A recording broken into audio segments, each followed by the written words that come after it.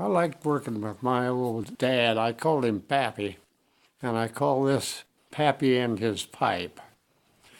My Pappy used to smoke an ancient pipe with Granger rough cut in it, rich and ripe, and he would light it with a kitchen match that right along the pipe stem he would scratch until he'd formed a funny little groove and worn the pipe stem down as if to prove that nothing lasts forever, and it's true. He'd buy another pipe and start anew. How many pipes he wore out, I don't know, but I recall while trudging through the snow behind him on a crispy Christmas morn when I was 6, it seemed that life was born afresh and peace would evermore prevail if only I could follow that sweet trail of pungent Granger smoke behind my dad forever. That's when I was just a lad. And later I recall the barber shop where I and my old Pappy made a stop, and there he got a haircut, not a shave, 'cause dimes and nickels then were hard to save.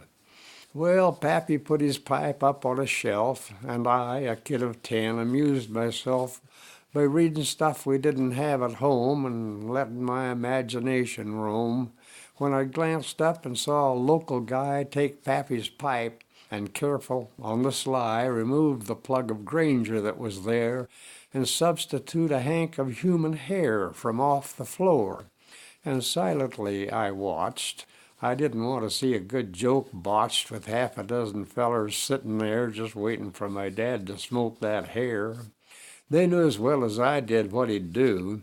The minute that the barber was all through, he'd go and get his pipe from off the shelf and take a puff to satisfy himself. He did, and while they waited for the joke, he lit it, puffed it, blew a ring of smoke, and took me by the hand and out the door, determined not to let them know the score.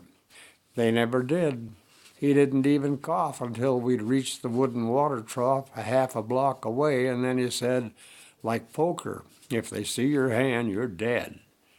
Well, Pappy's gone, and his old pipe is too, but still I think of him, and when I do, with all the years between, to my surprise, a little of that smoke gets in my eyes.